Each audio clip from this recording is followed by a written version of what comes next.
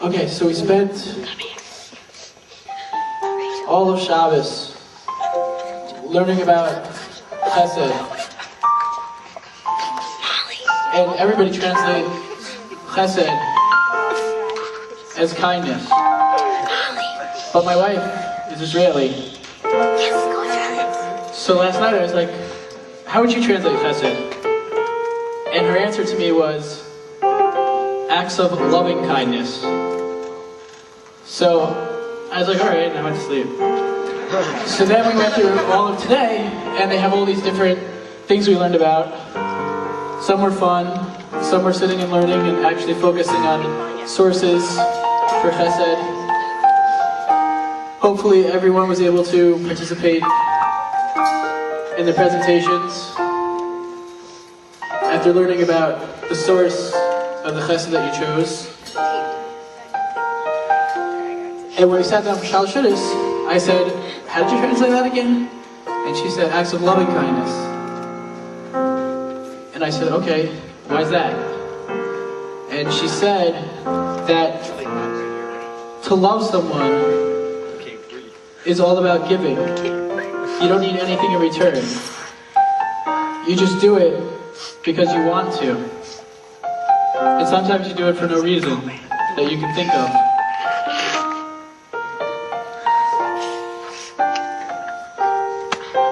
At my wedding, so planning a wedding is a big deal, and planning a wedding in 3 months is a really big deal, I've been told. But I said, I run Shabbatons. It's just a big Shabbaton, no big deal. And then my wife's family said, do you want to wear a tux or a suit? I'm like, nah, a suit. I don't want to wear a tux because I got to wear my black hat and a black hat and a tux. It looks funny. And then we go try on suits, and my suit to me, it just didn't feel, it felt like, Shabbos, but it wasn't like, this is the suit you're going to wear once when everybody's going to see you, and it's a special occasion, so you should wear something appropriate. So I said, I think I want to wear a tux, but not like the old man tux with a cover bun and the whole deal. I want to wear like a tux that looks like a suit, but it's a little shiny, so it looks like a tux. Better and nicer. And that, since it looks like a suit, I can wear with a black hat. Now, I'm not the lightest of people. And when you buy a suit, usually they have a number, and if you're the right weight and the right height, then you fit in that number no problem. But as the people in Suit Central will tell you, I'm a weird shape, they tell me. They also told me that my head was a weird shape, which I'm not sure what that means. So I went to one tux place that wouldn't let me try on a tux unless I agreed to buy a tux, even if when I tried it on I didn't like it. So we left that place because it was $250 just to rent it. Right.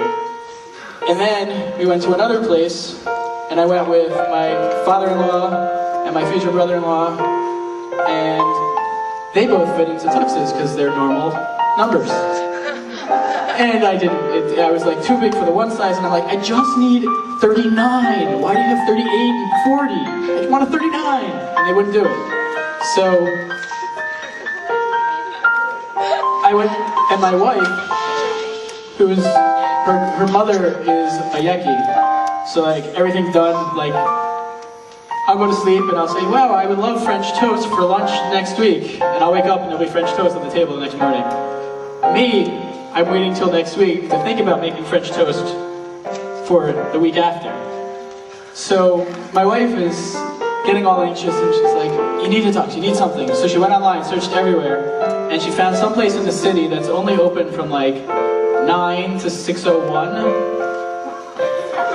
And there's no parking, so you have to go to like a parking garage, pay like $1,000 to park in the city, and then go into the place, which on the second floor, there's no like real door, you just open the elevator, you walk in. So I go there, and this guy, I walk in like 20 minutes before they close, I'm like, I need a tux, I get married. He's like, great, mazel tov. And I don't know where he learned that. Anyway, so I walk in there and I put it on, and I actually look, not bad. So I go and they're like, yeah, we can't do it, so you have to come back and rent it when we have more time to fit you. So I come back the next week, and I get all fit and everything, except the way I pictured this tux was high buttons and high vest, because I have a suit like that. But this was high buttons, low vest, so you can't even see the vest, so why am I wearing a vest? But I didn't want to wear a tie because it looked like a suit. Yeah. So the moral of the story, no. So what happened was, I went to the other store where they didn't fit me, but they had the right vest, ordered vest from there, ordered the tux from the other place, and then I go, and it's my wedding, and I'm driving all around, and I'm driving to my own wedding. I get lost. I have my best friend, who actually used to be the director of Junior NCSY, who the techies probably know, Yona Margulies was with me, and we get lost, and I'm like, it's my wedding, I gotta be there on time. And we get there, and I take everything on, I put it on, and the shirt I got, it didn't have cufflink holes.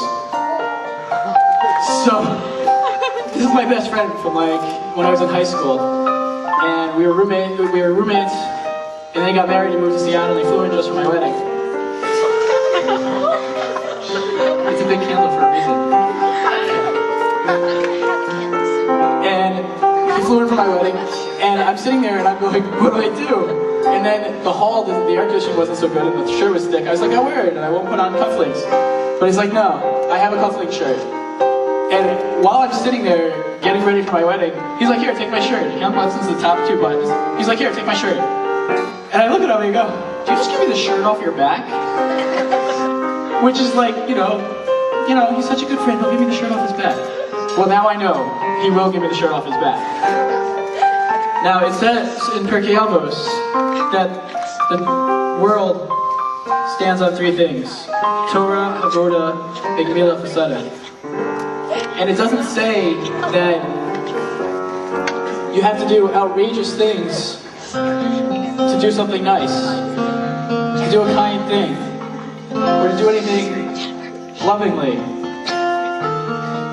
Any little thing you do. When my wife and I were dating, I don't get out much, okay? When my wife and I were dating, so like, I always open the door for her. And like, right before like that week when you can't see her, before the wedding, I was like, just so you know, if I ever stop opening up the door for you, yell at me, because something's wrong. Because there's nothing makes me happier than just opening up the door for her.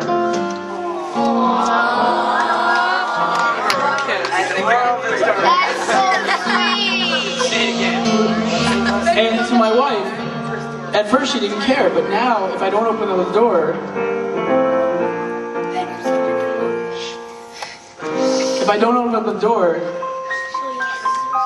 she knows that like something's going on in my head, and she misses it. All you have to do, just anything you do, it's Gemilah Chesed. It doesn't matter what it is. Open the door for somebody, saying hi to them in the morning, throwing water on them so they can be part of a shtick. Whatever it is, it has an impact on a person. I wrote in the yearbook, there's a regional director that got a phone call from an NCSY that was living in Israel, and the NCSYer said, do you know what happened to that guy? And the regional director said, you mean that guy that came to one Shabbaton and we never heard from since? He's like, no. He's like, well, why do you want to know? And the NCSYer that was living in Israel said, my Rebbe just told me that your life is like a movie, except in Hollywood, every movie has extras. They just have people they pay, and you just sit in the background and you just pretend you're doing as you're normally doing.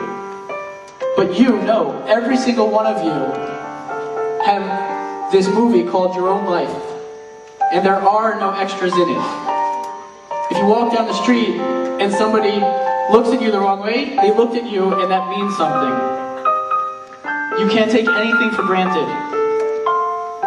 And the same way that in your life there are no extras, you need to realize that every single person you come in contact with, you can have an effect on. And that is the power of Chesed. Even if it means hello, thank you, and would you like me to play ball with you? Everybody, please give your attention to Michael Nadada, who's going to make Havdalah.